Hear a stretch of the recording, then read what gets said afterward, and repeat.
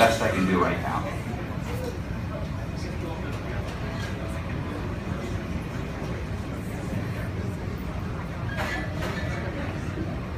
So when I decided I was going to come to Atlanta and be part of this memorial, and realized I needed to write something for Peter, for his friends and family, and for me, I walked around for a few days and simply remembered him and our past together.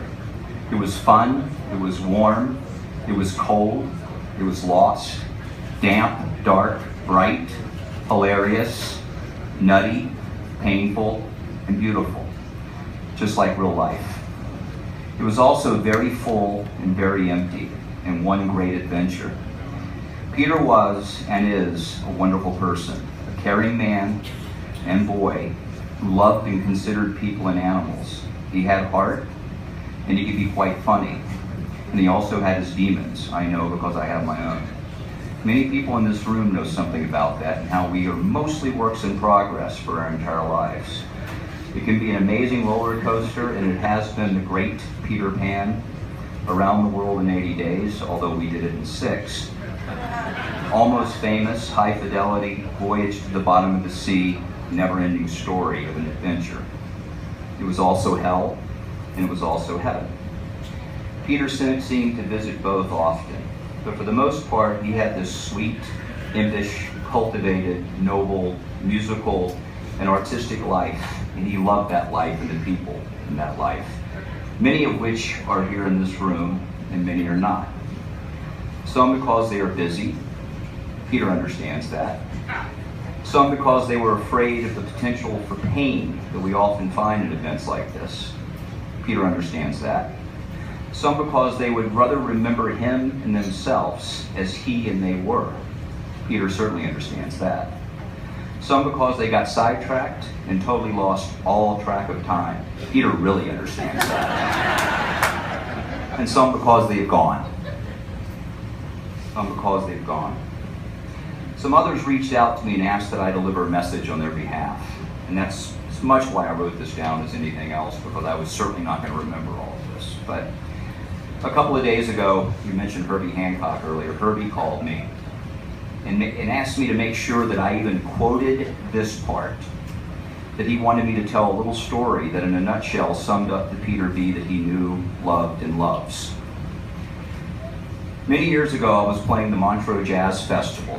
It was a big night, a Miles Davis tribute, if I recall, as he had recently died, and there was a huge contingent of musicians, actors, artists, and all-around famous people. And of course, the thousands of music fans that make Montreux, Montreux. Anyway, even though I'm an instrumentalist, I have a microphone in place on a boom arm, like those used by piano-playing singers, so that I can talk to the audience between songs and occasionally make a noise or say something funny when playing in the right circumstance. But for the most part, 90% of the time it was just there, unused, untouched. And on this night, for some reason, it kept dropping or sliding down on its pivot onto the keyboard in my way. I was in the middle of a complex, beloved Miles song, and the stage full of noted musicians known for playing with Miles. So stopping or moving the mic up and over my head and out of the way wasn't an option. Fortunately, I had the trusty Peter B. in place, on stage to sort things out just like this on moment's notice. In fact, not having guitars or anything else in Peter's realm, watching that damn mic and perhaps telling a monitor engineer to turn up or turn down the monitors was all Peter really had to worry about. But at this point, the only time during the evening that I needed him, he was nowhere in sight. Then out of the corner of my eye, halfway back in this huge dark theater, I could see the silhouette of a slender, svelte dude in a cowboy hat, moving up and down the aisles like a shark trolling for a meal. Except that it was Peter visiting and chatting with good-looking women. In his own words, when I asked what he was doing out there on the dropping mic after the song ended, he went on to say in front of the audience, "You're playing great, man. It looked like you had everything under control." Peter and I were having this conversation in front of nearly 10,000 people, mostly amused, some confused, some stunned, and some people basically in what was, some people stunned in what is basically a jazz cathedral. You could honestly see some people saying "damn Americans" to one another. I wanted to kill him, but he was too far away.